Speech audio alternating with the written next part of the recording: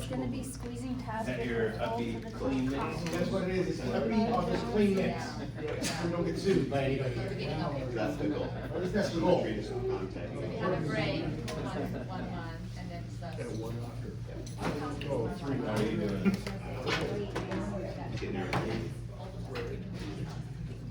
All right, gang, good morning. Good morning. What do we got? I can count on one hand. How do we got here? What do you think about this little setup here? I like it. Yeah, I like it. There's more room. Yeah, switch on here on. Last night, Damon's team had their awards, and this is how he had it set up. So we were just too lazy this morning to put it back to the old way, and it looks kind of decent, I guess, right? You know, I mean, you gotta sit sideways a little bit. Yeah, so I'm not crazy about that. Yeah. It's like the old days at the casino. Maybe like you go into a table to watch the show, and you know you kind of had to sit to see the stage. Yeah, right. So it'll go back the old way, just so you know. No, I like this one. You like this? Yes. But then because of that, we're definitely not gonna keep it. Sorry, we're not gonna keep it. Yeah. There's more room, you Turn it know? down for the neighbor. Maybe there's an angle to it, I don't know, maybe we could, you know, this could be a project for Suzanne. All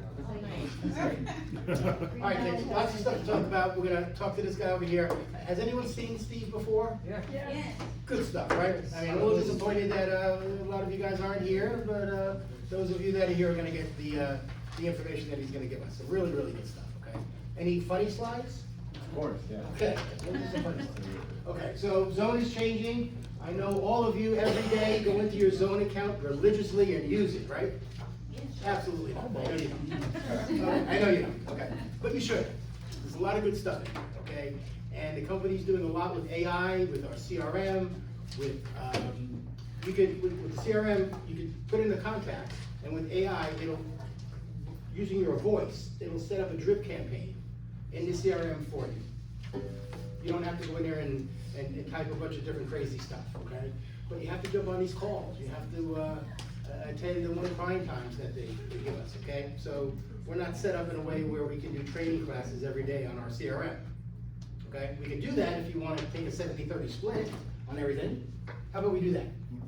No more 100%. And then they can go with that. Yeah, okay. So a lot of this training goes back to you guys. So jump on these calls, watch them. They're all recorded. There's a good one coming up next week on luxury. I know a lot of you want to do high-level luxury. We have a designation. I think, is Judy here? No. She's out of town. Judy's out of town, okay. If nothing, hop on this call and listen for an hour about the One Lux certification and what it's all about, okay? And if nothing else, the social media, all the resources you get in Realty One Group back end as being a member of this is incredible. Just to market $1 million home, if you haven't. So I definitely recommend just jump on this call, listen. This might be your first step to maybe get into doing some luxury properties, okay? There's Steve, good looking guy, okay, all right, we'll go back to Steve a little bit. Okay, anyone sick besides me? Anyone have the flu lately? No? Everyone's okay? Not a little bit? I had it.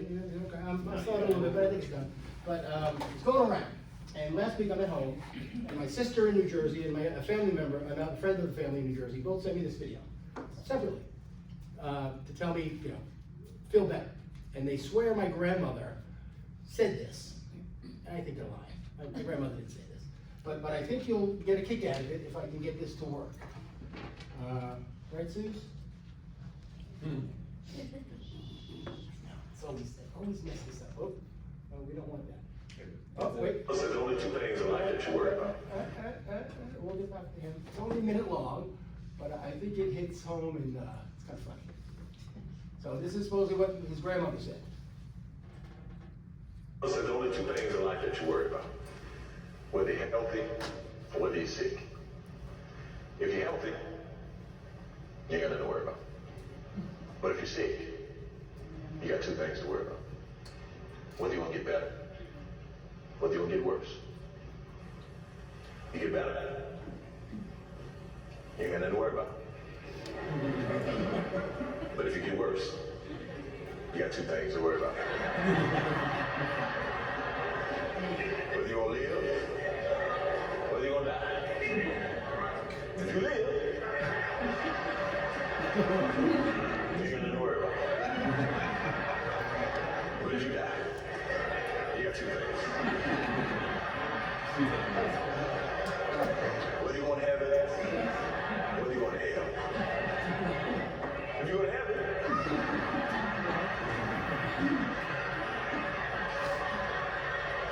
you ain't got nothing to worry about. Whether you want to hell, you got two things. Original or extra crispy? Oh, there you go. Sounds like a lot of things to worry about. That's the show for today, guys. Yeah, there you go. So, as I was laying in bed with the chills, they sent this to me, it kind of made my day there. So, I funny stuff. gifted my husband these pants, and now he wears them everywhere. Wow, what were you watching this? Look at these pants, baby. These are pants. Did you order those? Wow. All right, moving right along here. So they might always have to come up and come to the rescue when I get on this thing. All right, where was I? All right, we got rid of that, we got rid of that, we got him. All right, so congratulations. Next Friday, just so you know, about 50 or 60 of you are invited to Canyon Gate, to our top producers from last year. So, I don't know if anyone in this room is coming. Off the top of my head, I don't think so. But usually every year, 10 or 15% of you do a certain amount of production, and we have a little nice little shindig for you. A lot of fun, a lot of photos, good chance to brag about yourself on social media with being humble at the same time. So if you see some of our top producers like these guys from the $1 Million Club, from the top 25, a lot of these are going to be at Canyon Gate next Friday. And it's always a lot of fun, and it might be a goal for some of you guys to get to that. It's for individuals as well as teams. So it's a double award ceremony, and lots and lots of fun. So here's our top teams from January. There's Denise, of course. Denise is here, right? There she is. And I don't see Jerry. Jerry here? No, Jerry won the award and she doesn't come in anymore. Okay, next time she is. Okay, here's some numbers. I'm not gonna get into them too much because I know Steve's numbers are much better than mine. The only thing that still keeps creeping up is what we call days on market. He calls it something else, which you'll learn today. So we're getting close to 2 months. So I don't know, if you took a listing today, how long would you take that listing for? 1 year. 1 year. About like 65 days. If you could give it, if they'll sign it, absolutely, you know, but you don't want to do anything less than 6 months, okay? So. Steve has an approving chuckle right there. Yeah. He's like, you might be on the right road. There you go, you know, so, that's February of last year, to give you some comparison as you're looking at the numbers. Upcoming stuff, this is the One Lux training with Carrie and Kathy Baker. Two really sharp ladies, they do all of the training for all 500 franchises on Zoom and live. And they're gonna talk about the One Lux designation and how you can get part of that if you wanna get into the luxury area, okay? March 17th, very big day, St. Patty's Day, okay? We love it around here, a lot of green beer and cabbage and stuff, right? All that kind of good stuff. Corned beef, there, corned beef cabbage. So it's gonna be a potluck, right, Suze? So we're not gonna be cooking all this stuff. We need you guys to help us out here. Bring in some stuff and Irish car bombs? there you go, that's it, you know, I got a big bottle of, I hate to say it, Jägermeister at home.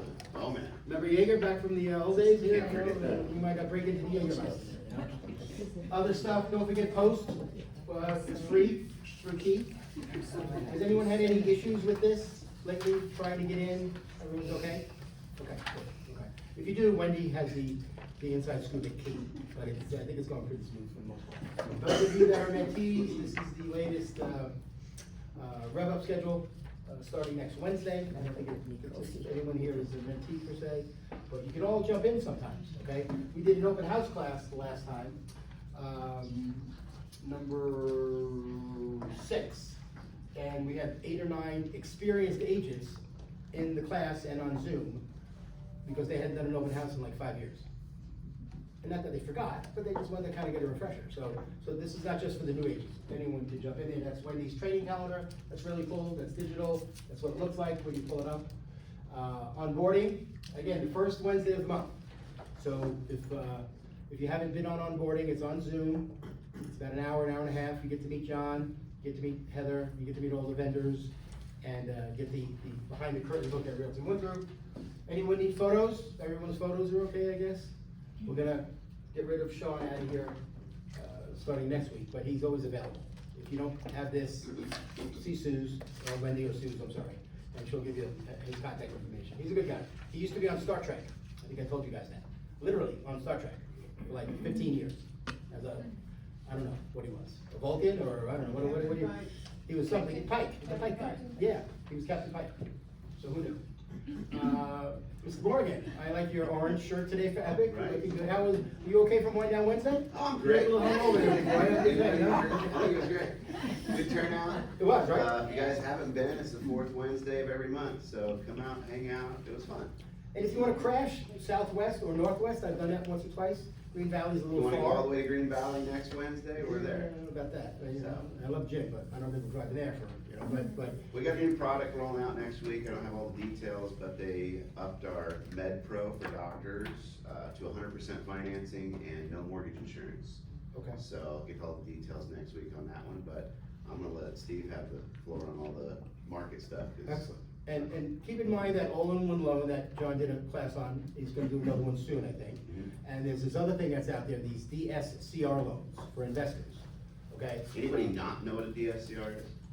I mean, a lot of you don't know, to be honest, I didn't know what it was, you know, I mean, It's simple, it stands for debt service coverage ratio, meaning that if your rent will, if your home will rent for at least 125% of the mortgage, that's when you get all the best rates. So, let's say your mortgage expense is 1,500, then you're gonna want your rent to be somewhere around 2,000. That gets you a 1.25 ratio. That's the best, that's what we're looking for. But we don't need to see any income, no tax returns. You'll want 6 months reserve and probably a 20% down payment and good credit. That's it, and it's done. 2 weeks, funded, got your rental. That's for investment homes. going back to the 2010, remember the NINA loans, no income, no assets? That's what this is, for an investment. And it's great rates, we're in the low sixes, Yeah. approaching the fives on these DSCRs, so I wouldn't even do a conventional investment loan right now. The DSCRs are where it's at. Okay, so just be familiar with all-in-one loan, the DSCR, so if you talk to investors, you can have that conversation with them, okay? Heather's in Hawaii with her daughter, must be nice, okay? I think she's at the pool at the Hilton Waikoloa Village right now. At the beach. At the beach right now. So, the only thing I could say for Heather, she has some classes coming up, the information's in there. But don't forget about the FinCEN, new documentation that investors are gonna need, or an LLC or a trust if you're buying with cash, okay? It starts March 1st. When in doubt, have them call Heather or Kathleen Lamarche, so you don't get entangled in giving them the wrong information. So I don't think it's gonna be that big of a deal, but to investors that have been investing for a decade, they're not gonna like this. They're gonna hate this, all this extra paperwork they're gonna have to do. And some of it rolls into your seller also, if you have a listing and it's being purchased by a trust. Your seller's gonna have to disclose some information that they've never disclosed before. So make sure you kinda have that conversation with both sides of your buyers or your sellers, okay? Everything's cool with Sharon, she said, you guys have been good, thank God, okay? So, smooth sailing. That's how to log in with your BBRA if you guys have forgotten. Wendy, everything is kind of okay, you good? Good. Yeah, everything's copacetic here, I guess, okay? Let me run this by you before we bring up Steve. I try to come up with one of these every week, and I think this is an easy one. You have a listing for 6 months. 2 months into it, the seller says, you know what, Denise, I wanna cancel the listing. Well, how come? I don't know, I just wanna cancel it. Okay, and you hang up the phone, and then you get a phone call, and you get an email from the seller's attorney reinforcing that he wants to cancel the listing. Is there anything you gotta be concerned with? Or what do you do? Just cancel. You can't answer, you can't answer, you can't answer. Just cancel. What do you mean just cancel? We What do you do? don't cancel listings, folks. What do you do? We don't cancel listings. Tick tock, tick tock, tick tock, tick tock. What do you do? I'll do a conditional withdrawal. You wanna take it off the market? You wanna take it off the market, Tim? Yeah, I do. Okay, so you don't wanna sell? Not right now. Okay, yeah, no problem, we'll do a conditional withdrawal. Yeah. I'll take it off the MLS, right, it's all, the market will stop by it. Right. And if you guys wanna induce the marketing again at a later date, just let me know, we'll put it back on the market. Okay? What do you think? So the question is WC or WU? Because the attorney sent you a letter, and he emailed the attorney saying withdraw this baby. So technically, we have to do WC, but then the seller start fighting with us to withdraw on condition, so we can go to another agent. Right, So that's what you're gonna find out. So when That's what it's gonna get to is, no, actually, I just went through this, by the way, last month, okay? And, yeah, we're just gonna take some time to think about it, no problem, hey, I'll send over a withdrawal conditional and we'll take it off the market. Get the withdrawal conditional, hey, what's this conditional withdrawal? Well, yeah, we're taking it off the market, right? Well, and that's what you guys are gonna find out if they wanna go list with another agent. Cause they're gonna say, right, well, I actually, you know what, I wanna explore my opportunities, this and that, okay, well, I thought you just wanted to take off the market, so are you thinking about listing with another agent? And you're gonna have that conversation, then you're gonna go see Tim. Right. And you're gonna say, okay, cause we don't withdraw unconditional listings, only the broker does, right? So you're gonna go to Tim and say, Tim, I've done everything right, I've done backflips for the seller, I've done all the marketing, I have all the proof to show. Me personally as a broker, I would not withdraw the listing, attorney or no attorney, they signed a contract. But that'll be for Tim. So I call up Brandon, my seller, and say, hey, Brandon, we can withdraw it, but it's gonna be withdrawn conditionally, and of course, he's fighting me, right? Because out of nowhere, the word unconditional comes out of his mouth. Which means he's talked to another agent. Exactly, right? How would the seller know withdrawn unconditional, okay? And then I would have that conversation with the seller, the reason that we have the contract, and we'll release it for a referral fee, potentially, I'll talk to our listing agent, and you might wanna release it for a referral fee, okay? But just, I think that's happening a lot now, a lot of sellers are getting impatient, even after a month. Yeah, no question. You know, and they think you're doing nothing, you know, or maybe you overpromised and underdelivered, guys, too. So let's be honest, so if you're gonna do all these things, do all these things. And that's the key, folks, is keep record of what you've done for the Yeah. seller. If you did a listing presentation, if you gave them your seller's guide, make sure you're doing what you promised you're gonna do, because that's the easy out for them to say, listen, you said you were gonna do a Facebook ad, right? I don't see, show me that you did a Facebook ad. Well, I didn't do it. Yeah. Well, you're starting to go down Boom. the wrong path, so. Right, or running an ad in the Homes Illustrated, get with Wendy, it's really cheap. In the magazine, that's in Albertsons every week, it really is, it's inexpensive. We have, every Monday, we have a template that we send to the sellers, letting them know what is the situation, how many shows we had, what interactions we had, what we didn't have. And we also send a market report to show them again what happened in their neighborhood and the value of their house. So they know every Monday what is that we're doing with their community, with their house. If we put an ad, we show them the ad, we show them everything we do every Monday. Yeah, and like Damon said, a lot of us are bad at tracking or keeping notes, okay? So even if it's the old fashioned way, the old folders down at LVR, that are 75 cents, buy one of those and just document every phone conversation, okay? Because that seller's gonna try to convince me that you're not doing your job. You know, he's gonna throw you under that bus and then back the bus up over you, okay?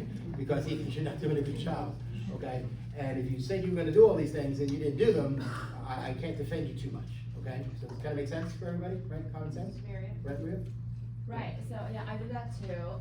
Something that was helpful, I added this terminology at the last page of the listing, that you're more than welcome if you wanna cancel the contract before the expiration date, but you're gonna owe us whatever amount. Hold on, I know your answer, but let me finish. You're gonna owe us this amount for all the marketing, because we spend money on the listing. Like me personally, I spend a lot of money on my listings. And then they cancel, but they don't pay you the money, then what? They don't cancel, just because of that phrase. They let it expire. Okay. So I will keep the listing for as long as it gets sold, like 6 months, 1 year, whatever. And then they know that if they cancel, they're gonna owe that money to the Realty One. So they know they don't wanna pay that much, but they're not gonna fight over that because they signed that listing agreement. So they basically accepted that term. I have never charged them, but I didn't have to go through this problem that, oh, cancel my contract, do the unconditional withdrawal. So I never had this discussion just because of that verbiage. Okay, but when they do cancel and they don't wanna pay it, what do you do then? I'll keep them as WC. Well, until it expires, I guess. until the So thing when it expires. expires, they say, okay, we'll Correct. pay it, you're not gonna change it to WU until you get paid. Correct. Yeah, and they're not gonna pay. Yeah. Realty One doesn't allow us to accept that money, right? Good answer, I was waiting for something like that, Mayor, that or girl, okay. Yeah, so I'm very because good. like other Hold on, brokerage hold on, allows that, hold on. but Realty One doesn't allow that. They do It's allow understandable. it, so you can do an early termination of a listing contract, But, okay? there's a, yes. Now, I will tell you this, that you guys gotta keep record of what you've spent on your marketing, right? And Right. you can charge a seller, we have a document, it's called early termination of a listing. And the seller can reimburse you your actual true marketing costs, so that is a truthful statement, okay? Exactly, but we've never done it. Just saying, and I'm saying that you should. I've seen But it you should done. track it, I've seen to it David's done. point, you should Yeah, if track you all want to your withdraw the expenses. listing, that's fine, here's all my marketing expenses. I keep Write all a my check. expenses, Yeah. yeah. I don't know you want to prove, here's the proof. Some of us are real organized and some of us aren't. We all know what I'm saying here, you know? So if you're like Miriam or David and you can document all that, then you're gonna win every time. Okay? And you want the So- documents, because again, as a listing agent, you spend money, because if I you agree. just put it on the MLS and let it get so, it's not gonna get sold I on the agree. MLS, you have to spend money. I Even agree. photography costs you money. Sure. So you wanna keep all those, invoices, and then once they say that, oh, you know what, we changed our mind, we wanna change the realtor, okay, here's the invoices. Right, It's excellent. a good deterrent, it's a good deterrent. It is, it absolutely is, Withdraw. exactly. All right, kids, all right, so Stephen Thomas, I don't know when I met Stephen, me and Mark met him at a NAREP event years ago. He did a big shindig for NAREP with a couple of thousand people, and it was, we were just blown away. And, we've been dragging him from California ever since, every couple of months. So, ladies and gentlemen, Stephen Thomas, everybody.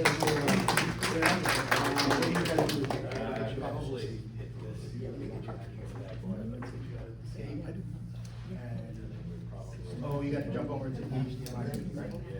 Last page, additional terms. Not the last. Last page, well, there's that, fair housing.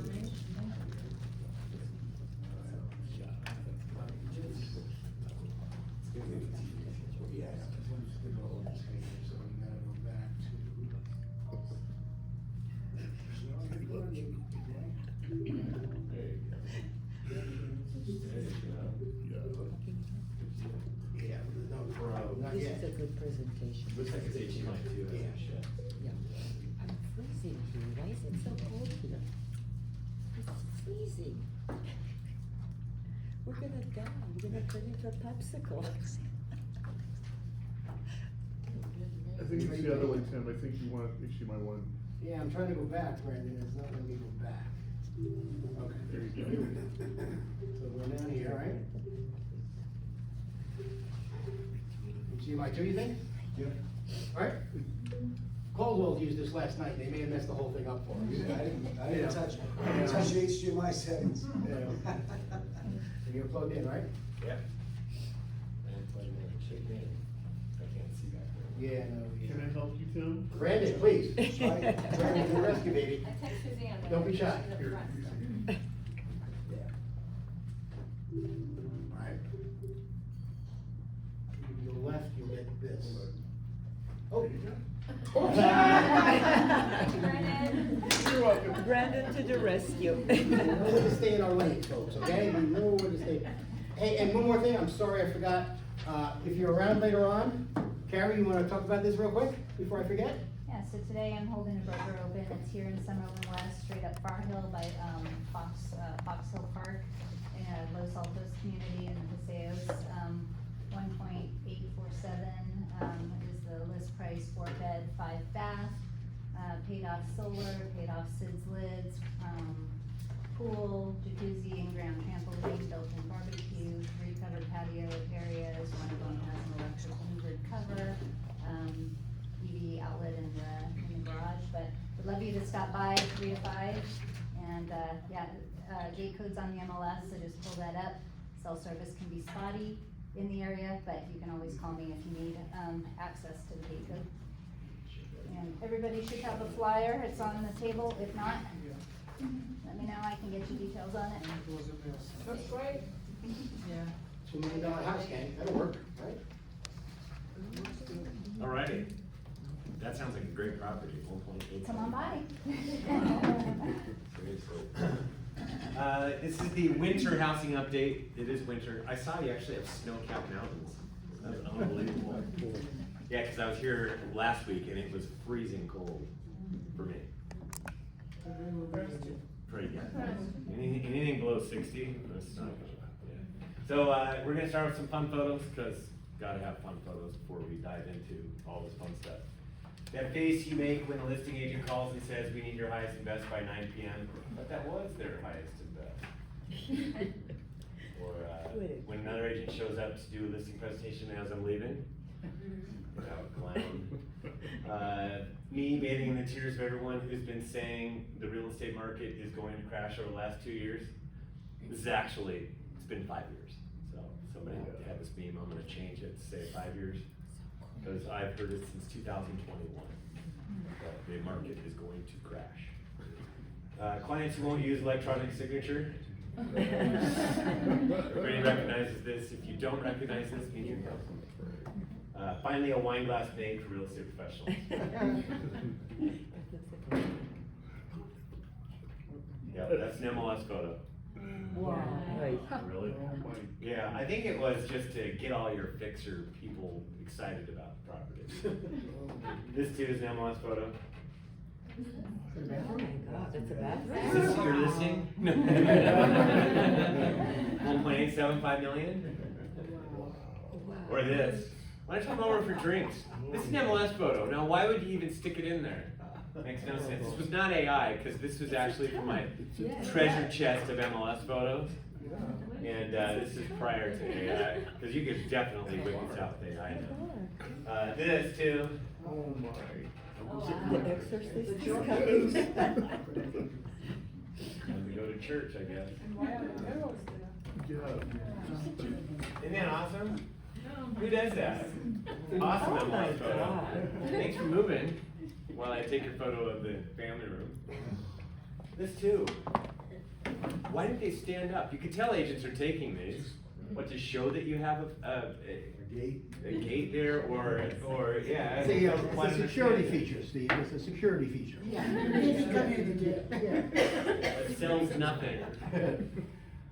Anyway, those are my fun photos. My introduction, who has not seen me? There's a few hands I saw. That's pretty awesome. Wow, this is fun. That's why I love coming to a company like this. Might be a small, intimate group, but you haven't all seen me, so I keep on coming back, and there's a new, fresh crowd. So I'm a quantitative economics and decision sciences major from UC San Diego. Graduated many moons ago. Orange County native, Cat Valley High School grad, 9 kids. Ooh, right? Top producer. Wow. I'm saying that. Nobody beats me. So I brought mine, she brought hers. We adopted each other's kids, and then we had this guy, Zeke. He's 8. Wow.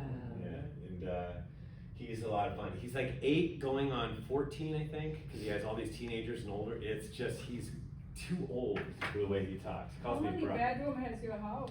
Oh, no, they're all gone. I'm down to 4 in the house. One's gonna graduate. They're not allowed back. Because a lot of people have these empty, they come back and they stay till they're 30. That is not allowed.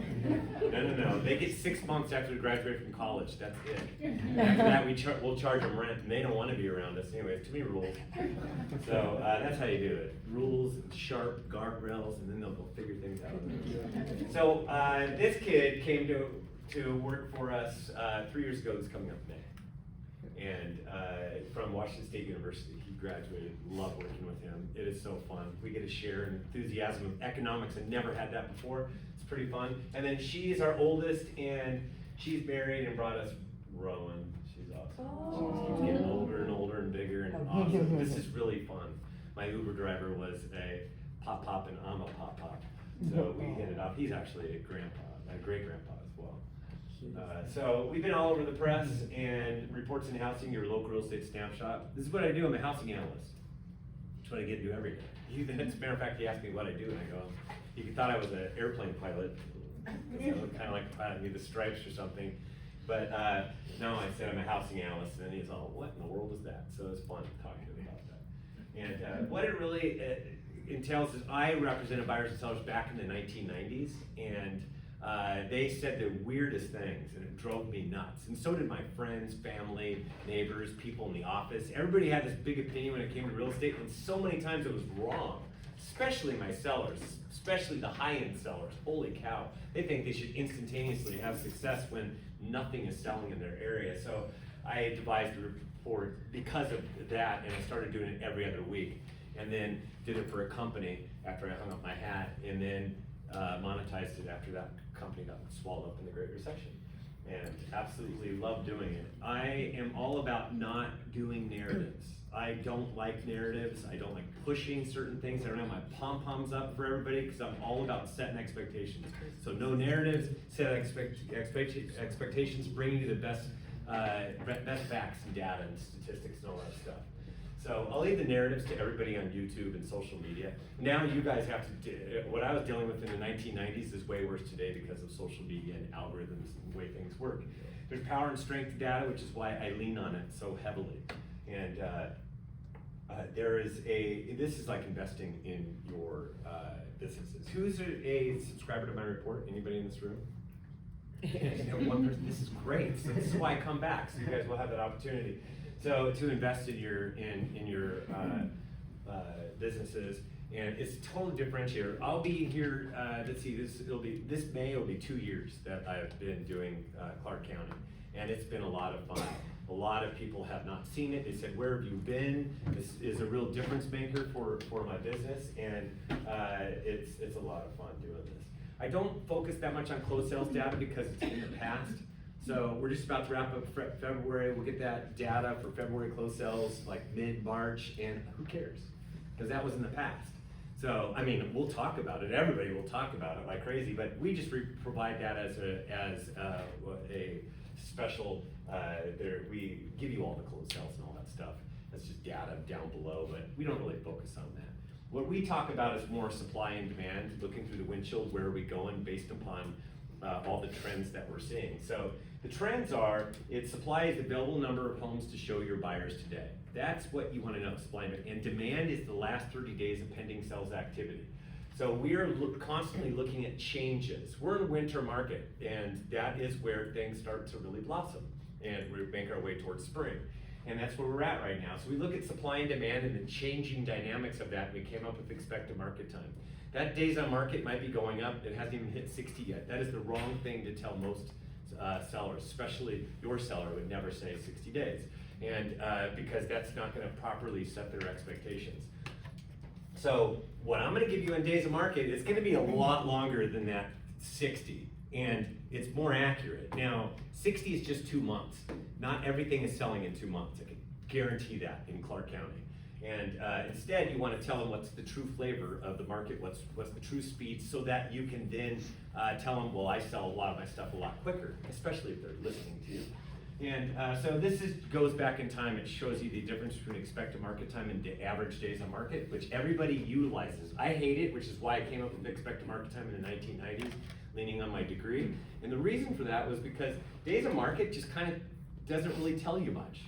It doesn't tell you the true speed, and it doesn't change that much. Matter of fact, it starts to fall as the year progresses and we get into the spring, but that's actually not the case of what really occurs during the spring. Now, expected market time is the red, and average days of market is the green. I'm giving you Orange County because I go all the way back to 04, and you can see during the Great Recession, we hit like 450-day expected market time because the market stopped, and yet it was a 90-day average days on market. That didn't tell anybody anything, because you shouldn't be expecting things to go into escrow in 90 days. Matter of fact, you might not even sell. That's how slow it was back then. And then we got to 2012, right there in the middle, and you could see that the average days of market was, once again, it was 90, but the expected market time dropped down to about 20. And that's where it was time for everybody to get in. And 2012 was when people started re-entering the market. And then we got over here, and you can see nothing happened during the 2011 through about 2019, nothing much, until we got to, that was 5% mortgage rates, by the way, there. Days of market didn't show up, but here's 2000, right around during COVID, and average days of market, once again, was higher than the expected market time. Expected market time was really low. You guys got down to like 17-day expected market time for a minute in Clark County, and that's when you guys wrote the stupidest offers. because nothing was available and you had too many buyers and you guys wrote offers that were ridiculous and you bragged about it at the office, and that was unhealthy. I never want to see that kind of marketplace again. And it's just a supply and demand thing, and that's really what it amounts to. And so this is where supply and demand is right now. Again, I mean, what it's doing to expect market time is still higher than what days on market shows. So the market is more sluggish than what days on market shows again. So it's not a true speed of the market, days on market expected market time is. So that's kind of gives you an idea of why I talk about expected market time over and over again, and why I loathe days on market and don't even talk about it. I'll say, well, can't say I don't talk about it. I'll utilize it, and I'll use median time on market for things that sell quickly. And if they're priced right and they don't have to reduce the asking price, I'll show you that at the end. But I do that on purpose, so that you guys can utilize it within your businesses. So this is, so people say, okay, the reports are used for buyer-seller consultations. They're to get the price reductions. It's to get buyers off the fence, stop talking about what they're waiting for. No idea what they're waiting for. And then it is just close more transactions by properly setting expectations. I'm in the expectation setting business, as are you. I'm just trying to help you set expectations out in the marketplace. So we have reports that's out all over SoCal, Bay Area, Vegas, and Phoenix. I get to do what I love. I wake up every day and love what I do. And then I get to go fly to Vegas and get to share it, and then I get back on the airplane. I've already listened to 2 podcasts. I have 2 more queued up for the way home. And that's an all economic podcast. You would be bored by it. It excites me. I listen to it all, and sometimes it drives me nuts because they say things that I don't agree with, but that's part of my passion. So people say, what do I do with the report? So you get it in front of every single one of your buyers and sellers, first of all, and have it at your open houses, and farm with it and utilize it within your sphere of influence. Market it to everybody that you know. You should be dripping all over your past clients and sphere of influence anyways all the time. And they're gonna read this even if they're not planning on doing anything, because they hear so much weird stuff about the economy. To listen to what a housing analyst has to say, they're interested. Everybody's interested in real estate. So it doesn't mean they watch every single one, but they will look at quite a few of those when you send them out. So I will give you way too much information today. I'll make sure that I get you guys a copy of this. So you might think I'm going too quick. I'll just give you a copy, so you don't have to worry about taking photos. You still can, but I might burn through it and you'll be disappointed, because that's how fast I go, because I have a lot of slides to get through, a lot of pictures to show you where we're at today. Now, this is way too much information, but that's not the way our reports read. We focus on one thing at a time, and these are the reports so far that have come out. And slow out of the gate, it was a little bit more sluggish at first in many, many markets during the first 2 weeks of the year, and that's because a lot of people that pulled their homes off the market during the holidays placed them right back on in the first 2 weeks. That's dumb, because it's still the holidays. It's still the holidays until middle of January, and then it takes off. But those first couple of weeks, sometimes there's so many that come on, and I've seen it in some markets, it really slowed down those first 2 weeks, and I had agents contacting me going, what is going on? It's like, it is really slow. And I go, why'd you put your home on the market in the first 2 weeks? You gotta advise your clients to come on like 3rd, 4th week of January, or for me, it's middle of February. That's where I wanna be. That is like the sweet spot of the marketplace. That's what I would tell everybody if they were to come on the market. Luxury, everything. You came on, right, recently? That is a good time to come on. So, by the way, I couldn't find that picture. That's when my wife comes up with the pictures and the titles, and then I couldn't find the picture, so I made that with AI. That's how good AI can be. Pretty awesome. But also shows you the limitations of AI. Do you see how many, there's already seconds on the time clock? It hasn't even started. You have to actually trip that in order to get it started. So it's AI that has some work to do. Just here to tell you that. But we were slow out of the gate. I just explained all that stuff. Didn't prepare for launch. And then I explained what happens during the winter market. It happens every single year. I had some agents actually contact me, is this your opinion? No, it's not my opinion. It's gonna happen. It happens every single year. It happened during the Great Recession. It will always happen. It's the way our marketplace thaws out after we're done with the holidays. Early trends, we saw some early trends that I wanted to bring to everybody's, I wanted everybody to understand what was going on. So we did this report.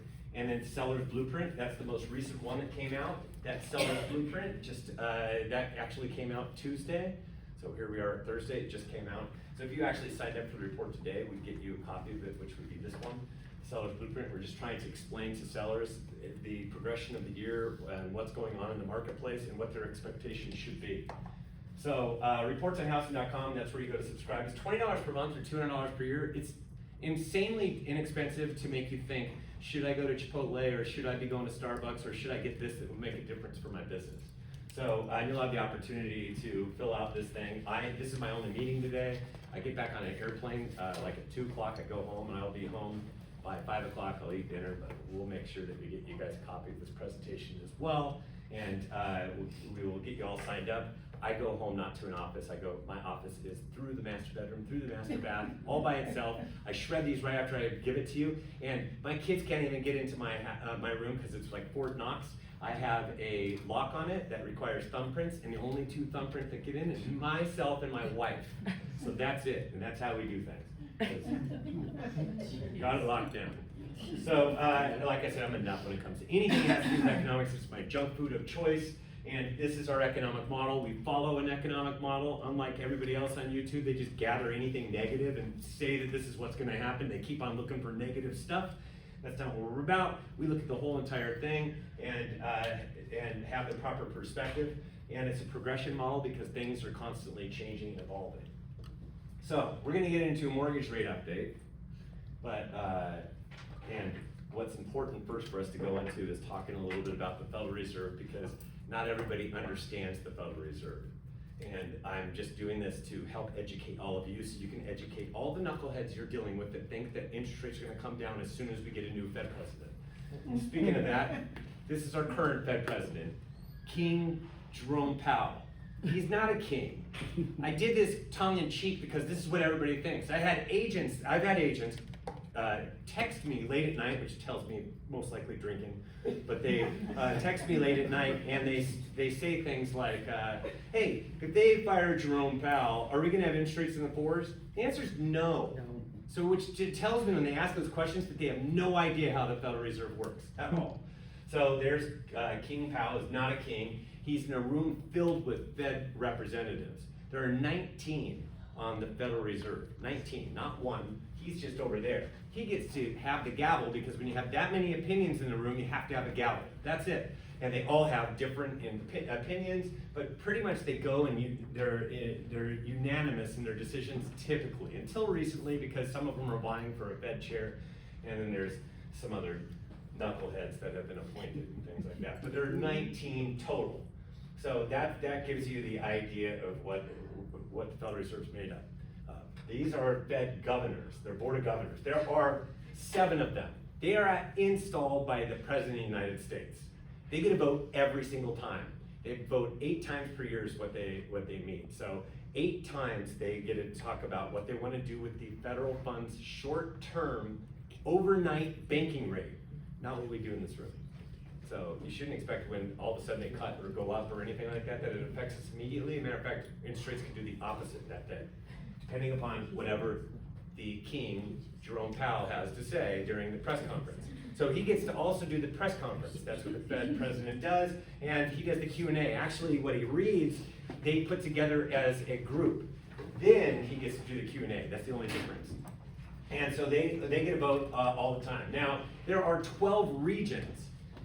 So 12 regions, and each one has a Fed president that is installed by a board of directors, not by the President of the United States. And we're in region 12. See that? We're over here on the West Coast. And they each have a Fed president, and here are the 12 Fed presidents. Or 13, did I do that right? That's 12, yeah, 12 plus the 7, 19, there we go. So, there we go, there's the 12. The guy on the left, he gets to vote every single time, because he's in New York. And New York has to be, this guy deals with the Wall Street, so that's why he gets to vote every single time. And then Cleveland and Chicago, it's every other year that they get a vote. And then these others, they get a vote every 3 years. Here's our representative based out of San Francisco, and she gets to vote once every 3 years. And so I put it in a yellow ring around who gets to vote every time. So those are the 12 that get to vote this year. But they all have opinions, even if they're not voting. But it's 12. Those 12 people vote on whether rates go down or up or what have you. Now, it takes 7 out of 12 for it to do anything. Not one, not Jerome Powell, 7 out of 12. And they are all lockstep in the way that they think. Unlike what everybody thinks, that all of a sudden we're gonna get a new Fed president that is installed by the administration, and all of a sudden we're gonna have interest rates in the force again. That's not gonna happen because they all have to agree. And by the way, he's probably going over here. That guy right there, that's Steve Moran. He was installed in September, and he's been saying cut like crazy, half point every single time. And that's because he was he was actually part of the White House team. But he is now gone off in the sunset, and most likely Jerome Powell's gonna stay on. Usually they don't, but he might, because the Federal Reserve has come under attack, and he wants to protect the integrity of the Federal Reserve System, which we don't blame him from an economics point of view. That is Kevin Warsh. Have you heard about him? He's the new Fed president. Somebody new to pick on. I'm glad. I'm getting a little tired of Jerome Powell. I can't wait to pick on somebody else. This is Kevin Warsh. 2 years ago, he actually said the opposite of what he's saying right now. He said, raise rates. I'm concerned about inflation. You can listen to anything, from 2 years ago. Totally. You will be flabbergasted that this guy is now the chosen person, because now he's saying the complete opposite. I don't know why. Perhaps he wanted a position. And that's what I think. So anyway, we'll see what happens after the Trump administration is done, because he'll still be there on what they want to do with him, because he probably is going to switch completely after this administration's done. Steve, quick question. Once you're on there, you're on for life? No, they have a term. So he has 2 more years to his term. Okay. So they have a term. So he's typically, if you're a chair, you say, I'm done with this gig, I'm out of here. But he might stay for the 2 more years. So they each have their different length of time based upon when they were appointed. And so these are actually installed by these board of directors, and a lot of them come up on an annual basis, or twice a year basis. And what happens is they do it at the beginning of the year, typically the end of January, start of February. They were so concerned about what was going on that there'd be manipulation of the Fed, that they actually voted them all in December, because of all the attacks that the Federal Reserve has been coming under. They've totally been trying to preserve our system, because you don't want to mess with the system. We all should do our own homework. You got to do your research and look up Nixon and Burns, Arthur Burns. If you do Nixon and Burns and look to see what happened, you'll go, oh, don't touch the Federal Reserve. It's the dumbest thing ever. It causes inflation, A. And number 1, it causes inflation. Number 2, it causes long-term rates to rise. That's not what we want in this room. So now you know why I'm so vehemently against touching the Federal Reserve, because I don't want higher rates. We've been having that for lunch for like 3 years now. It's time for something new, and we're finally getting there. The Fed is very, very data dependent to a fault, and they have a dual mandate.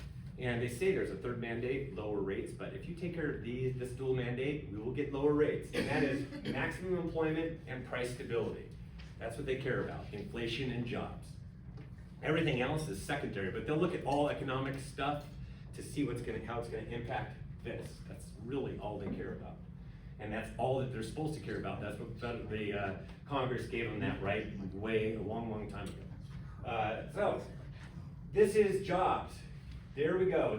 You can see where jobs are. They've been going down for quite some time. January was a beat. It was a lot higher than expected, but mainly it came in the healthcare sector.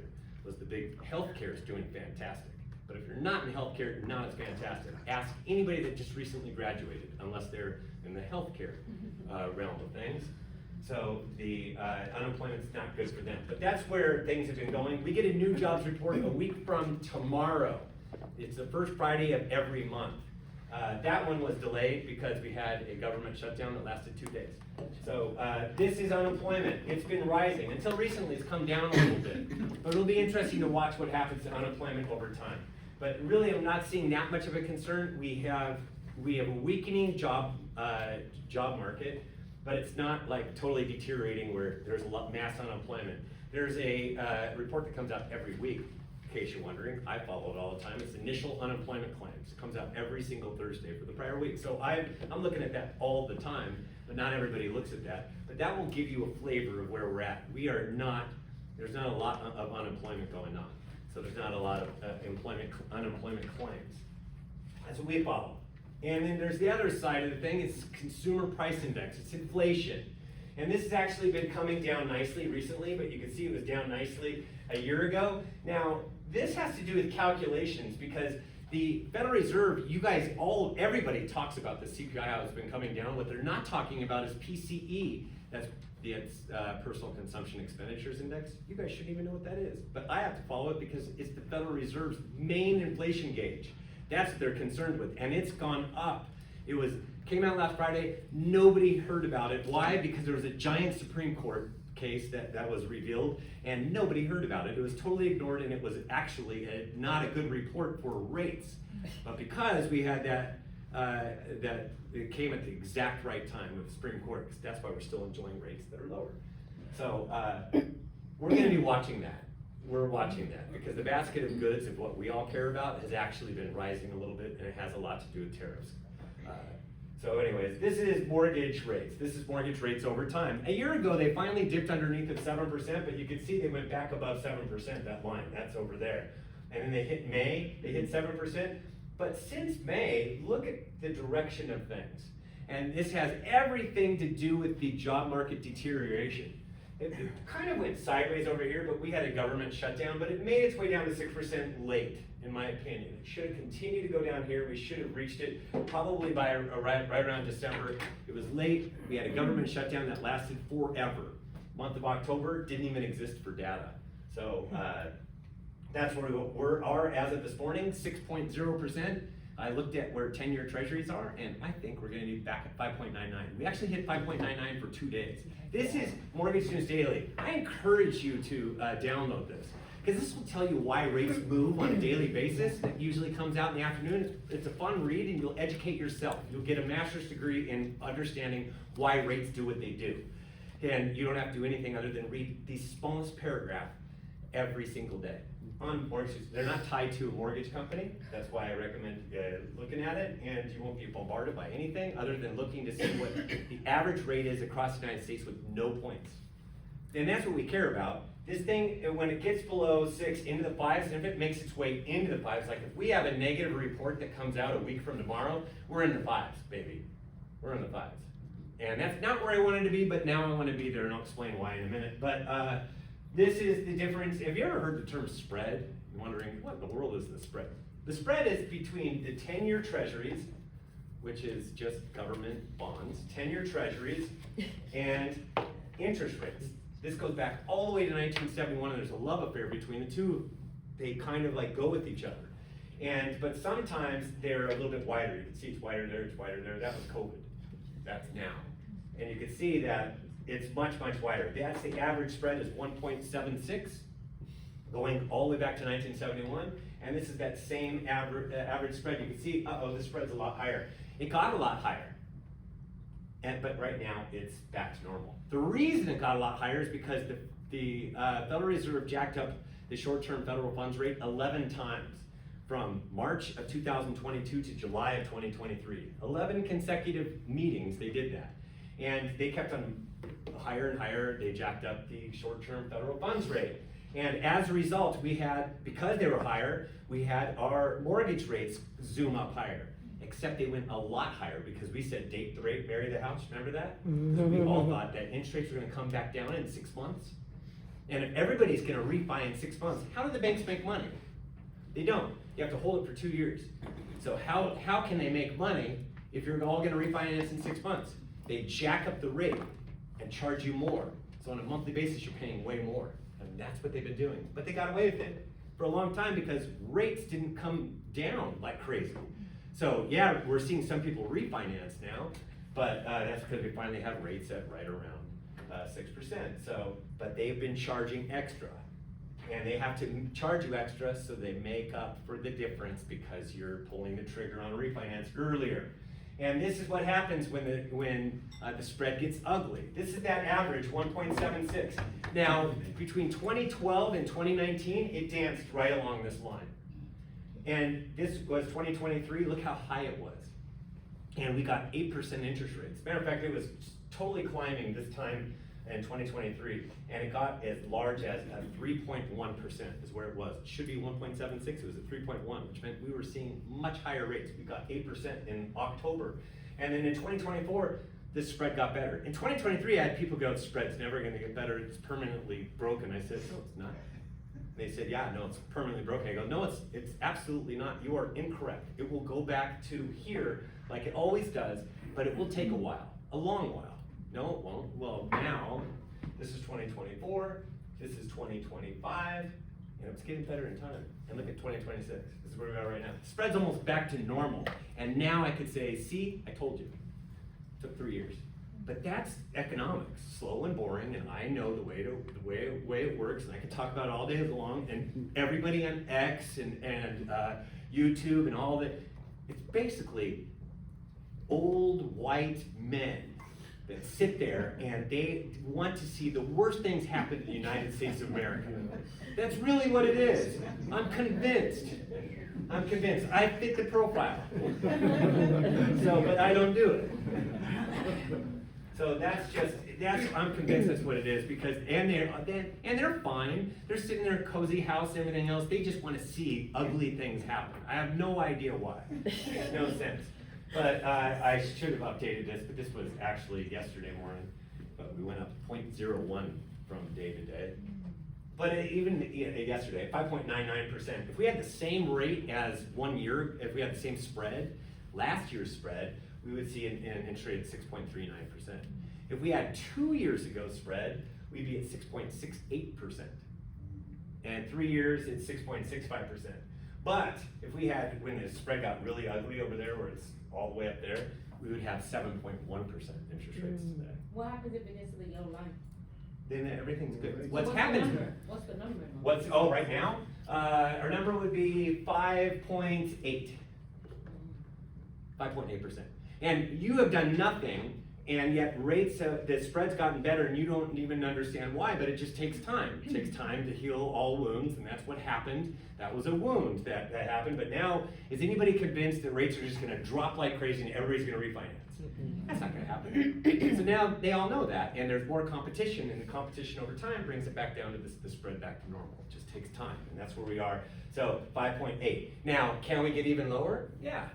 If the job market were to suddenly tank, and now we have unemployment rising because of the AI, the robots as they take over the world, that's coming, by the way. So what am I praying for? I was praying for this, 6%, exactly 6%, and I got my 6%. But we're having a little bit less activity than I thought. And why are we having a little bit less activity? Because of the AI robots that are gonna take over the world. That ridiculous narrative that everybody, it's like did you guys see that a couple days ago that the stock market totally tanked? Do you know what it was from? It was from this article that talked about how it's like the AI robots, how awful it's gonna be and unemployment and all that stuff. It was this science fiction novel. It was very, what I call dystopian. It's like the end of the world and all the robots are taking over. It's pretty much as negative as that thing got. And traders were trading on this article that came out. And it's so not gonna happen. Because we've been down this road before. We've had big giant technological revolutions before. We had the internet. And that was supposed to replace all of us in this room. Everything's supposed to always replace all of us. Yet when it comes to buying a $1.8 million home, I need somebody to hold my hand, please. So I can blame somebody and go belly to belly so they can talk me into it or out of it or what have you. They need that. But so because of this AI shift and everybody's worried that, oh my gosh, I might lose my job, that is what is going on out there. So when people get like this deer in the headlights thing, what ends up happening is they ultimately starts to affect their decision making and they don't pull the trigger on big things. So our demand, while it's the same as year over year, it shouldn't be. We're 1% lower in interest rates with extra 10% push in buying power, and it's not moving my demand curve like it did back in 2024 when we had, all of a sudden got down to like 6.1% for like a week, and we got this big giant push in demand. But we're not getting that extra demand right now because of AI. So now all of a sudden I changed my prayer. I prayed every single Sunday for 6%, and I finally got it. And I said, wait, God, this was Sunday. Actually, last Sunday I changed my prayer. And I said, wait, God, I have a different prayer. I need to now be in the 5s because of this knucklehead thing called AI. I know it's not gonna be a disaster and they're not gonna take over the world, but I need something in the 5s now. And then we got down there for like 2 days, but 5.9 is really, I need into the 5s. And then we'll be golden. We'll get a little extra, we'll get our extra pending sales activity that will amount to more transactions for all of us. So there you go. Wait, I'm sorry, I'm new. Yes, So- I love that you asked those questions. That is, there's nothing wrong with you being new and asking questions. Okay, because you're saying like if we get to the 5s, then people will, it's a trigger to say, this is a great number, even though AI is doing whatever it's doing. Yeah, because it's kind of like when we went into COVID. Remember when we went into COVID and everyone, COVID. And then my son, who's Generation Alpha, those are the ones that don't remember COVID. The only thing they remember is, I remember walking away from people. That's it. You be over there, I'll be over here. That's what they grew up, that's Generation Alpha. And, but when that happened, all of a sudden the real estate community shut down. And I had people going, I don't know what we're ever gonna do again. And then I had great agents that were making like $1 million in commissions telling me that, you know what's gonna happen. Value's gonna plunge 10% by August. I went, Yep. what are you talking about? That makes absolutely no economic sense to me at all. As a matter of fact, how many homes are coming on the market right now? And then I started tracking it, and that's when I started doing the number of homes coming on the market. Nobody was coming on the market. So supply and demand, and within about 30 to 45 days, all of a sudden we were getting restless. Which is what happens to all of us because we're all we're like the herd mentality. The latest topic is AI. Last year, the topics were tariffs. And now those tariffs have been struck down, and now that's another news cycle that's going on. But this AI right now, but after a while, the AI thing's gonna be like, that's it. But people are still gonna be concerned, people are still gonna wear their masks, but we're still gonna go buy houses. Same thing. We have our concerns about AI. I don't think it's gonna be as bad as they'll start talking themselves into it. And then the next thing happens, we get into 5s. There's millennials and Gen Zs have been passed up over and over and over again. This is good for them. And it's a good story to talk to that generation. And you are part of that generation. You tap into that and you explain why they should be looking at purchasing because look at where it was before, look at where it is now. It totally makes sense. Come on, sit down and meet with my lender, see how much you can afford and see if that's what you want to do. And by the way, do you have any parents or grandparents that have a little money? You might want to shake those trees too, so we can get a bigger down payment, buy down points. Yeah. What's the best way to track the rate? Best way to track the rate? We shouldn't just wait till it gets in the 5s. I was rooting for 6s, just wait until it gets in the 5s. I wouldn't be tracking on a daily basis other than big numbers. The best days to look at it are, you can go to CNBC and see what's happened to bonds, and all of a sudden if you see it down like crazy, that means something big came out. A week from Friday, that's when we have that jobs report. If that jobs report is really negative, and the way that the market, it's that herd mentality once again. All of a sudden, that day, if it's really negative, it will go way down, and then it'll bounce back up from that way down. So that's always a really good place to lock. I can't say always, typically, it's a really good place to lock. So if like all of a sudden there's a surprise jobs report a week from Friday, it's a negative 30,000 jobs, that will scare the market. Scare them into buying bonds, they won't be buying stocks, and then all of a sudden we'll see rates get down to like 5.8 or something like that. And then that's where you say to your clients or your friends, lock. And Steve, you recommend that website, Mortgage News Daily? Mortgage News Daily. Right.com? Okay. I go to it often. I go to CNBC probably the most. I wake up and I look at CNBC because instantaneously I can tell you what rates are gonna do based upon what I see in 10 years. If it's red and going down, good news for us. If it's green and going up, crap. I don't want rates to go up. That's not what I want for our marketplace and millennials and Gen Zs. I have a lot of kids, so that's what I'm rooting for. And this is the way it's gotta be. Because we're not gonna get plunging prices, because we're gonna get into that. So this is the housing market. This is the busiest time of the year is spring in terms of demand, new pending sales activity. I do the last 30 days of pending sales activity, number 1. Number 2 is summer, then it's fall, then it's winter, and the slow season of the holidays, week before Thanksgiving to the 2 weeks into January. We're in the winter. And that's what it felt like when I got off the airplane I was freezing last week, but this is much better today. Supply rises slowly. This is what happens in the winter. or it can't even go down, which it did for a minute there in Clark County, and demand surges. And this happens every year. We get to the Super Bowl, and you guys all say, it's Super Bowl, it's the best time of the year to come on the market. You guys, Super Bowl moved from January to the first week in February. It moved a week, and you're still saying the same thing. So which one is it? End of January or start of February? It's neither. It's actually about March 1st. But this is what typically happens. Actually, I would come on the market, it's Valentine's Day. That's a bigger sell, I personally think. You can wrap some marketing around that. Housing inventory. Now, this is when things are taken out of context. This is what the doomers do. This is YouTube and everybody else, TikTok. The millennials, the #1 place that they get their information from is TikTok, which is the most bizarre thing in my head. Go to X then, that's just as bad. And gross, don't go there. Like I told you, it's a bunch of white-haired old men, and they're rooting against the country, even though they're fine.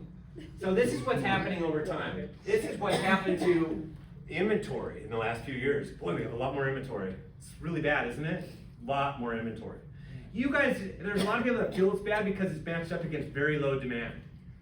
And it's actually, the demand's a little bit less than the Great Recession. However, this is taken way out of context, which is what drives me crazy. Context is king, which is why I have a light bulb on here. This is the #1 reason we will not have plunging prices. We don't have enough inventory. Still don't. It is a real national disaster that nobody's talking about. Because the political thing is, how do we get more buyers to buy? We don't need that side of the equation. I know that that's what everybody wants to think, but we can help out certain segments of the population, but let's really focus on more sticks for the entry-level price ranges. That's what we gotta focus on. That white arrow is right here. That's still a problem, not enough homes. If you draw a line across, this is NAR, goes all the way back to 1982. You are right, we don't have enough homes. We just have higher interest rates, which home affordability is bad. And I know you might have heard of interest rates that were a lot higher than today. It just has to do with how expensive homes are. It wasn't $500,000 for a home in Las Vegas a few years ago, right? So this is what's going on. What you need for prices to plunge is a supply glut. That was 06, 07, 08, even predated the Great Recession, which is in 06 I was going, you guys, we have a real problem here. And that's where my expected market time went through the roof, and everyone's going, but that's not days of market. I'm going, I really don't care what it is. This is a red flag. This is definitely not going to end well, and it didn't end well. And that was Great Recession. This is where we are right now. It's called supply scarcity. It is a real issue, just so you know. Now, this awesome family, this story has been evolving because I've been stalking them for years now. And they got married in 2015. They bought a house and had lots of babies. They refinanced during the COVID years and got a really low rate. So with that extra discretionary money, they're actually going to Cancun, they're going to helicopter skiing, they're having so much fun, it is so much fun, but they're running out of room in their house and they're doing everything on the porch. Because their kids are getting bigger.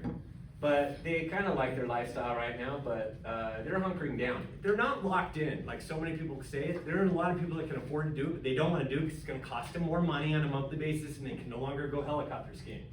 So in the United States of America, 40% of everybody that is a homeowner owns their home free and clear. It's the highest of all time, 40%. And the rest, 60%, have a mortgage. In Nevada, 69% have an interest rate of 5% or lower. 51% have an interest rate of 4% or lower, and 20% have an interest rate of 3% or lower. Now, this is taken through the third quarter of 2025. It was released on December 30th, National Mortgage Database. These are real numbers, which means that 1 out of every 5 homeowners with a mortgage own their homes free and clear, 20%, which 1 out of every 5 have a rate at 3% or lower. That's a lot of homeowners that are out there, besides the 40% that own free and clear. So out of this entire room, who has an interest rate at 3% or lower? That's a few hands. Now, vulnerable moment. There weren't a lot of hands in here, but because we're not in a big meeting, is anybody thinking about moving in the next 2 years that just had their hand in the air? Like a little bit? So she's thinking about it, but that's okay. It's not funny anymore. Don't laugh, to ruin the vulnerable moment. Because we want everybody to be vulnerable in this meeting. The reason is it's been a long time since the last time we had mortgage rates in the 5s. We're finally almost there. The 5s the last time we were there was August of 2022. That is 42 months ago as of next week. 42 months ago. How long do they have to wait? Forever? That's a long time.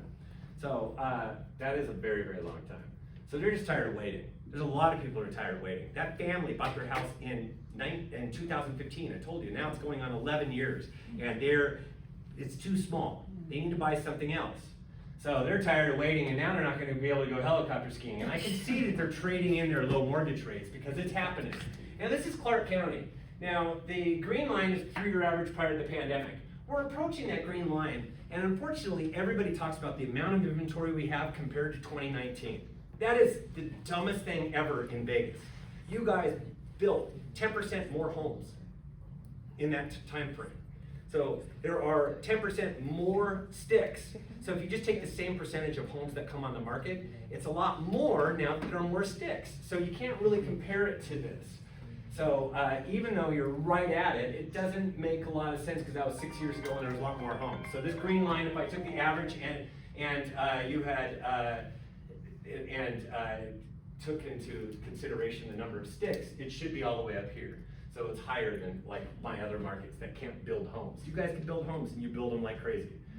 And that is this year. Now the blue line was 2023. Nothing came on the market in 2023 because everybody, remember, date the rate, marry the house. They were just waiting for rates to come down. But it didn't happen, but they didn't place their homes on the market. And so they didn't come on the market, and demand was low, but inventory was even lower, and we actually had the values going up in 2023. And in 2024, another big problem, same thing, but you know what? We had more homes starting to come on the market. They started to accumulate, demand didn't change. And then in 2025, even more homes came on the market than the prior couple of years. And then it really accumulated last year, and that's what happened last year. If you're wondering how we had built such an inventory, because demand didn't change. Because we had interest rates stuck between 6.5% and 7.5% for like 3 years. But now we're down here. And this is a much better place to be, but we have to deal with this AI junk as well. So that's why we need something to buy. Now, I did January, and year over year was up 1 sign. That's after doing all one extra for sale sign compared to the prior year. Now, my take was we were gonna have more homes that came on the market than the prior year, but it didn't happen. So instead, we had 1 sign. So that was what happened in all markets. It was almost identical to last year at this time, yet we pulled more homes off the market at the end of last year than the prior year, pulled way more homes off the market, and a whole bunch came on in the first 2 weeks, and yet the same number of homes came on the market in January. That was strange. All markets. And then it's up 25% in January compared to 2024, an extra almost 900 signs. And compared to 2023, it's up 1,090 for sale signs, 34%. And compared to 3-year average, it was down 12 signs. But like I said, we're comparing it to when there were fewer homes that were even built. So potential sellers. So this is the number of homes pulled off the market, which is, it's way up here compared to last year at this time. There are a whole bunch of homes pulled off the market in the month of January. And what that tells me is that we have a lot of people that don't really have to sell. That's what that tells me, because that shouldn't be the case.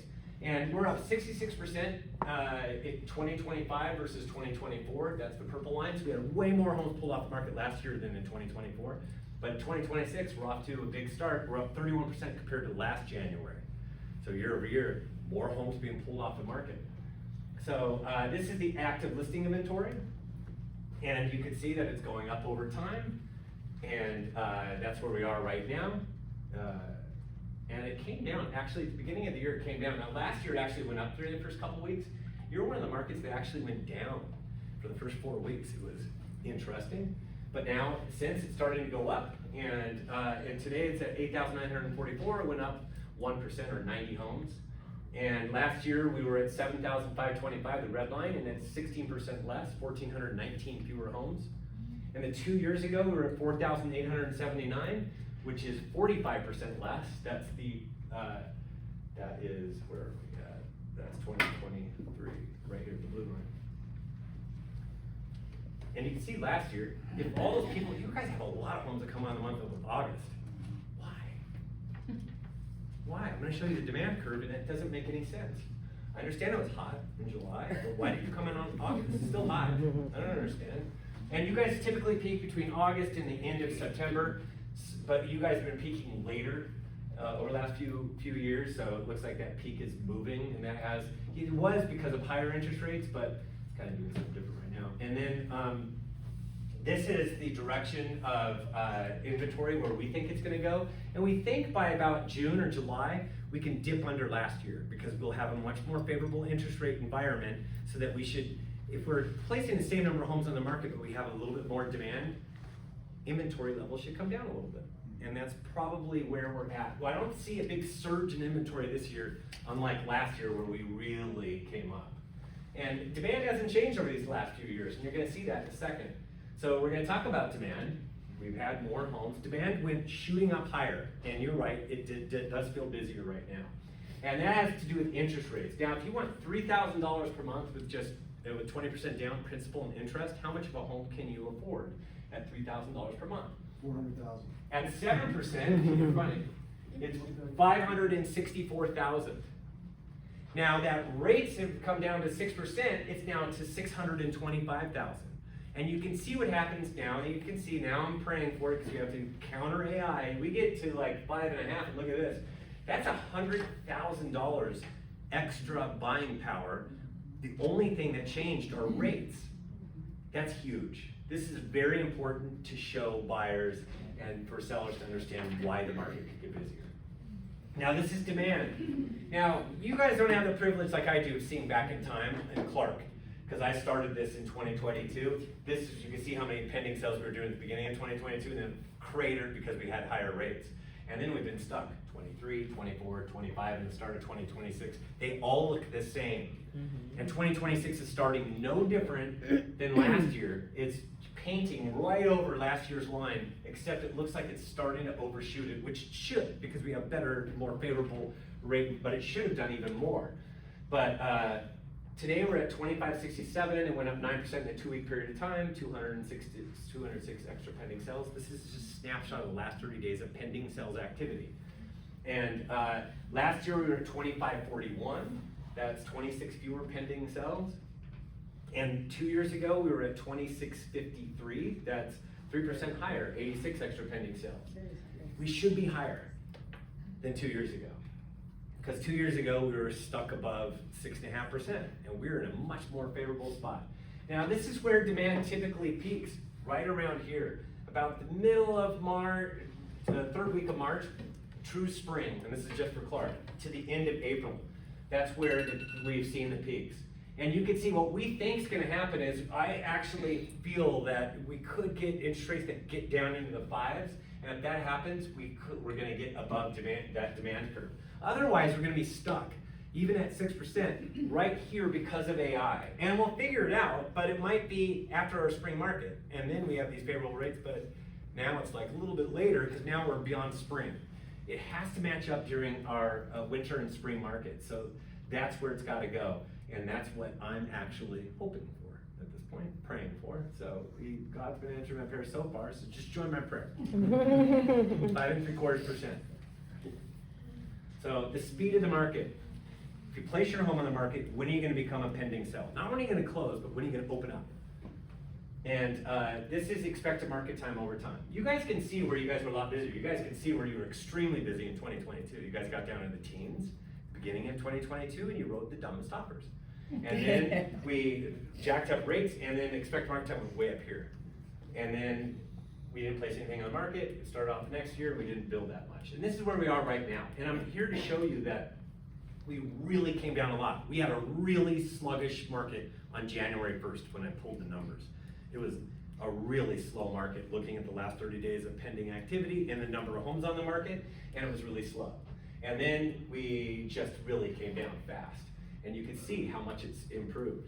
And today, we were at 105 days, which was down 8 days in a 2-week period of time. So it's really improving because you guys are opening up more pending sales, and your pending sales board is rising. Last year at the same time though, you were at 89 days. 2 years ago, you were at 55 days. 2 years ago was 2024, and you guys wonder why it was really busy in 2024, because you guys had a really low expected market time. And that's actually where Orange County is today, and it's nutty in Orange County, which I hear about multiple offers, and we shouldn't be dealing So with Steve, multiple that offers. 105, the expected market time, Yeah, is that, the house goes on the market March 1st? yeah. 105 days later, it closes or in Open. escrow? Open up In escrow, right? Yeah. Got it, okay. So, and I changed this to, everybody did theirs in months. I like days. Because 105 sounds really long, doesn't it? It's not that long. No. That's 3 months and 10 days, or 15 days. Come on, guys. But that 105 sounds really slow, and a lot of people go, that's not what I'm experiencing. All my stuff sells in like a week. Good for you. That's awesome. You are an exceptional agent. That's not the flavor of the marketplace. There's a lot of people that are languishing. I can prove it. All the homes being pulled off the market. A lot of sellers are unrealistic. Yep. So that's what we're dealing with. Now, the speediest point in the market happens to be from March 1st to the end of April. So it's really, when you come on the market, that's why I like mid-February, because you can see this was mid-February last year, but you can see here it is here, here it is here, but it actually got a little bit busier. It got a little bit busier. 2023 was crazy. But you guys can see where I think it's gonna go is, I need those 5s. That's what I'm praying for, so hopefully he answers my prayers a little bit sooner. I might have prayed for patience at one time, and she teaches me over and over again. But here it is. I think it could get down below last year's level and not rise as much. Now, it still will rise, because that's what it does. All those people that placed their homes on the market in August, here we were placing our homes on the market in August. Was that smart? No. When do you place your home on the market? March. Right here, February or March. That's way better than over here. And so that's what you want to follow. So this is why we give this down. You're saying, but I can't show my seller this later on down the road because now they won't come on the market. Yeah, they will. They're just equipped with proper expectations. It was speedier over here. I just need you to know it's not as speedy over here when we're coming on the market, and it's speedier than it was last year. You show where it was last year, and you just talk to them about what's going on in the marketplace today, and that's the importance of my report, so that we set their expectations. So some of the market feels very sluggish, like they can take their time. Some of the market feels a little more balanced in price ranges. Some homes feel extremely hot, and you guys know what these are, because everybody's on their phones morning, noon, and night, and they're looking at every single picture that comes on, and then the virtual tour, when something new comes on, then they look at the price. They know price, because they're on this app all the time, so they know price. They're not dumb. So they see it over time. They see something really good looking with a great price. They contact you, and they want to see it immediately. I call it a wow property. And I talk about it in this latest report, wow property. And then they go see it, and they go, wow, I want to write an offer.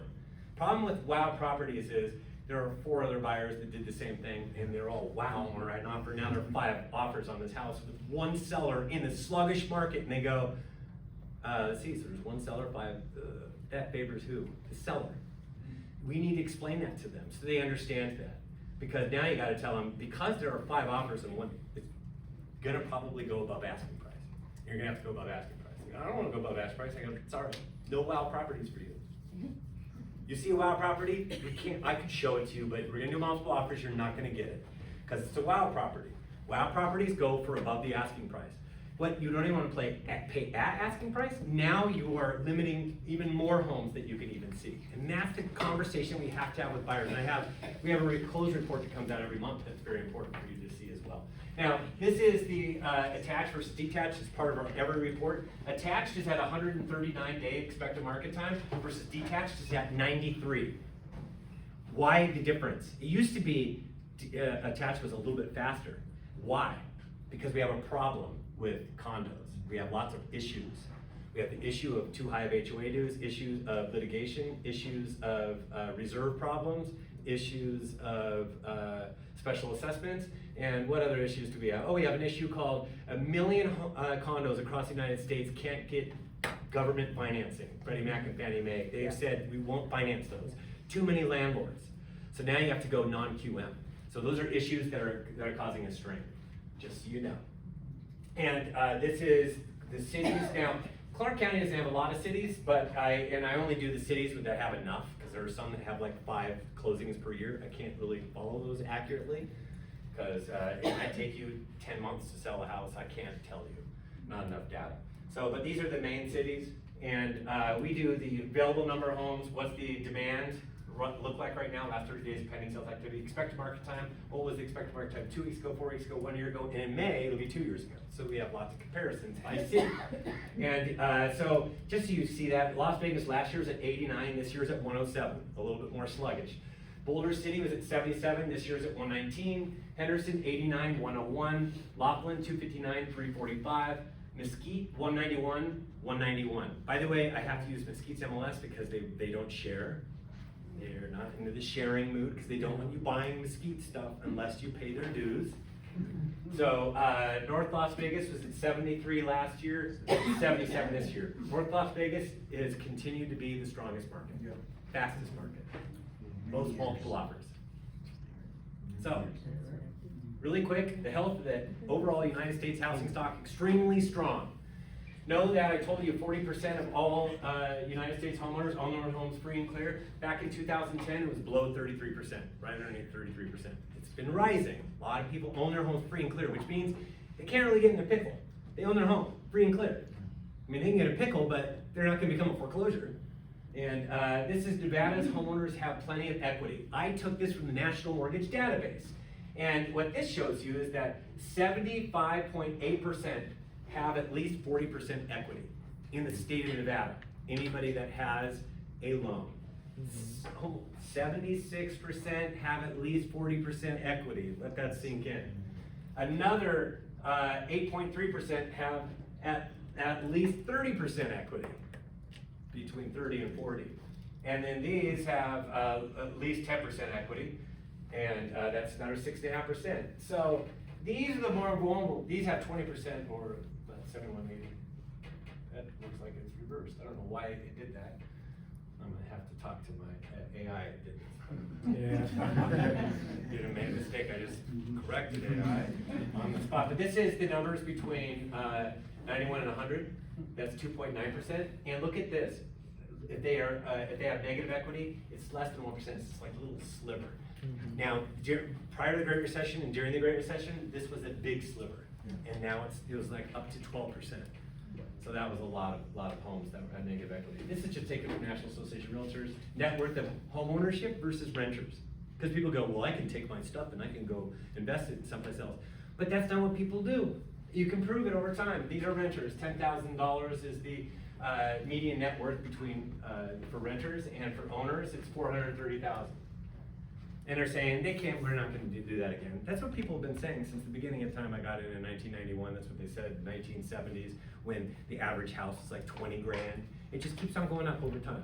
And it will continue to do that, but there might be a little lull for like 8-9 years before it starts to go up again, but who cares? You go buy your house and you go live in it. And you go pay your own mortgage, not somebody else's mortgage. Wait, I have a question. Yeah. Can you go back 2 slides? Are the people in that blue, in that 60% situation, like, is there a correlation of those people wanting to buy a new house? No. So a lot of them are just happy. Oh, okay. They have so much equity and they have a low rate, and they're just saying, chilling, I'm just Okay. chilling. And that's where we're getting a lot of chilling in the market. There are more people that are transacting, but that's the overall gist of all of them. Now, these people that have less equity, they bought more recently. We have people with FHA that had did 3.5% down. These are all in here. Everybody else, if they bought anytime COVID before, they have tons and tons of equity. These are the people that are purchased over here with low amounts. They definitely didn't purchase during COVID, maybe 2022, where it was at height. So who's selling? Who's selling in here? I don't, and you know what? I don't like my neighbor. I'm selling. Oh, okay, so And it's just personal. It's like it was called the 4Ds, and then it was the 5Ds, and now it's like 20 Ds or something like that. There's death, divorce, diamonds, there's a whole bunch of Ds, disease. There's more now. Relocation. Yeah, I don't know how to make that into a D, but they do. Relocation. But there's actually less relocation. There's a lot of Ds that are out there, and there's a lot of people that just do it. There is inherent demand. There's people that just get tired of scrunching up in their house and go, I want to do it. Maybe we have to move out of this area and go live someplace else. Or this is now getting too crowded here in Vegas. I'm going to go out, way out, and now they're in Mesquite. Right. Or St. George. Have you been to St. George? Holy cow! You think you're building a lot of houses? They're building a lot. And does that data take into consideration cash out refis, refinances Yes. and Oh, all yeah, that yeah, stuff? this is the National Mortgage Database. It actually does refinance stuff and everything, the whole enchilada. Not a lot of cash out refis going on, not a ton. Correct, yeah. We're not utilizing our homes as piggy banks like we did Yeah. prior to the Great Recession, which they don't really allow that anyway anymore, because you can only take out pretty much up to where you have 20% equity still in your house, because the risk is really little for the lenders. So there you go. This is the number of negative equity rates by market. We don't have a real problem. 2% of Nevada, Las Vegas has negative equity. And this is done by ICE.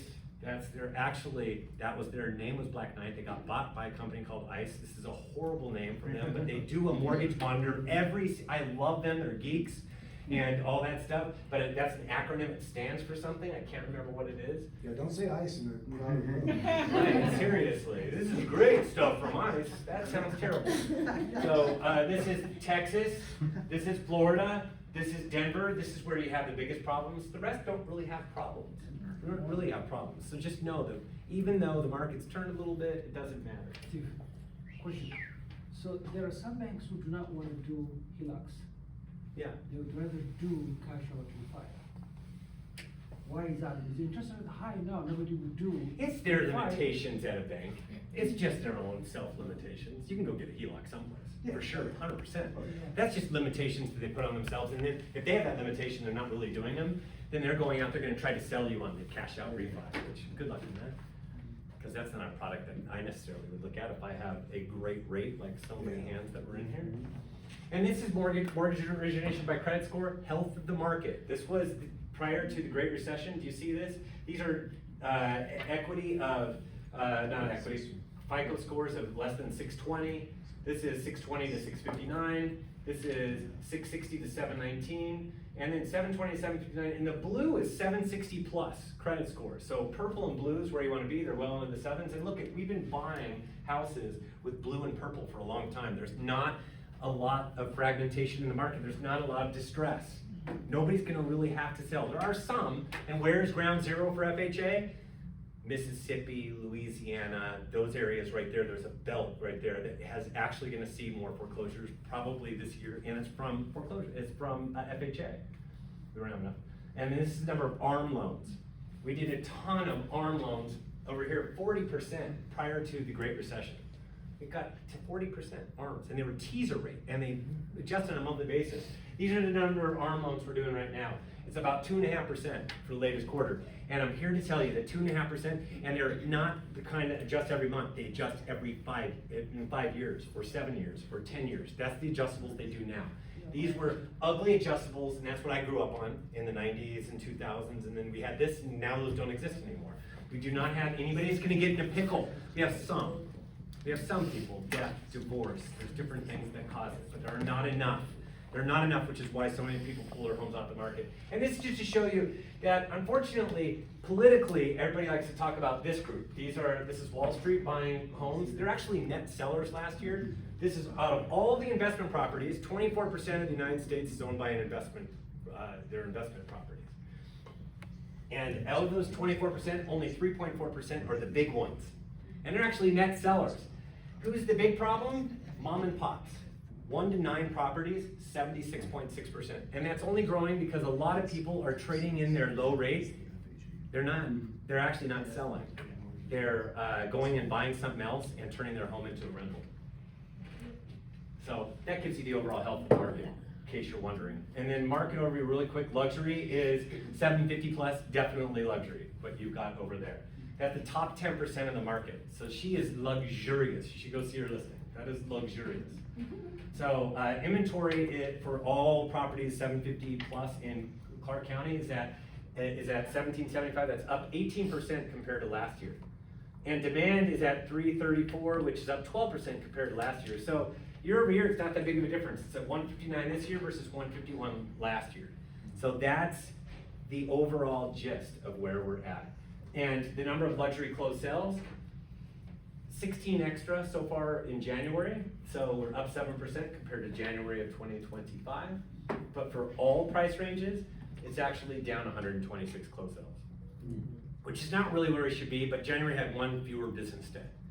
So it's actually pretty close to last year's level. We should be higher.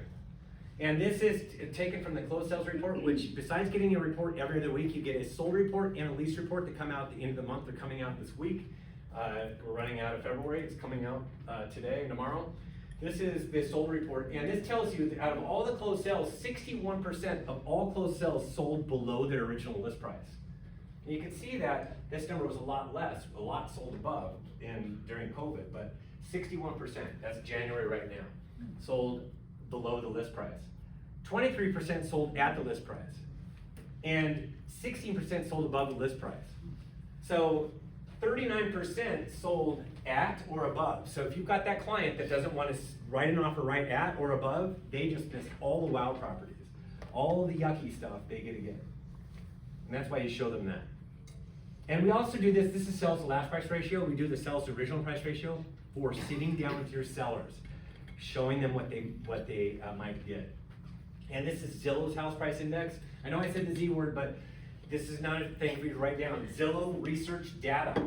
You Google that term and you get a free section of Zillow where you'll find out every single zip code, every county, what values have done over the last many, many years, going back to 2000. And guess what? They're so right on this stuff, and the cookie cutter stuff, maybe not the custom, but they are really right on. And they do a forecast for where values are gonna go over the next year, from January, this was just released last week, January 2026 to January 2027. And then you download this giant Excel spreadsheet, and your eyes are gonna go cross-eyed. Guess what you could do with that giant spreadsheet? ChatGPT. You drag that file into ChatGPT and ask it a question like, how many sold, what are values supposed to do in this zip code from January 2026 to January 2027, and it'll give you the answer. So that you can show a buyer that, you know what, values are supposed to go up 1% the next year. Supposed to. Yes. But Zillow's been pretty accurate. Unless we have another pandemic or Martians, I don't know if you guys got some lately, Martians and stuff like that. There could be something, but it's not gonna happen within this sector of real estate that will bring down real estate. So it's pretty much, it's fairly accurate. And they update that on a monthly basis. So go in there, drag it into chat, like she's already doing. And you can see that values in Clark County last year actually went down, and they're starting to rise. They're almost to the point where they're gonna rise above this, because we've had rates below 6.5% for 6 months this next week. 6 months that they've been below 6.5%. This is really, really good. But we're down 2.3% year over year for a year. It took 12 months to get there. And we're down 0.04% month over month. So basically flat, down just a tiny, tiny shade. Not much of anything. It's like $50 off. This wasn't much for Clark County as a whole. And it's gonna start to go positive. And it only has to do with demand and supply.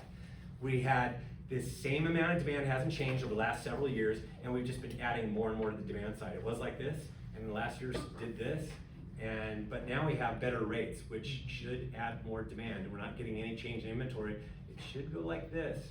That's what we're expecting to happen. And now you'll have values go up. It's more of a supply and demand thing. There's nothing negative that's really pushing or pulling in either direction.